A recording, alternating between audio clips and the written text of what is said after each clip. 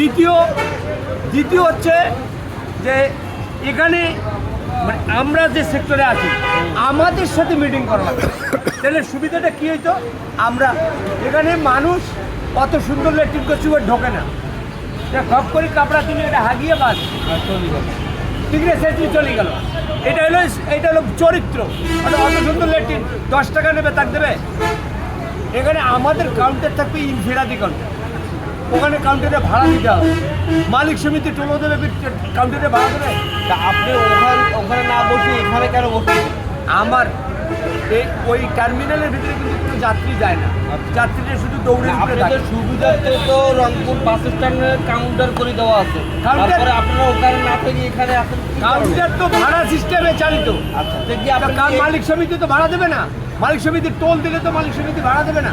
আচ্ছা, মালিক সমিতির ওইটার সাংবিধানিক নাই। ওই সুবিধার্থে আপনারা আমরা এখনো রোডে ঘাটে তাহলে মানুষ হাগে কোনটে? হ্যাঁ হাগে কোনটে?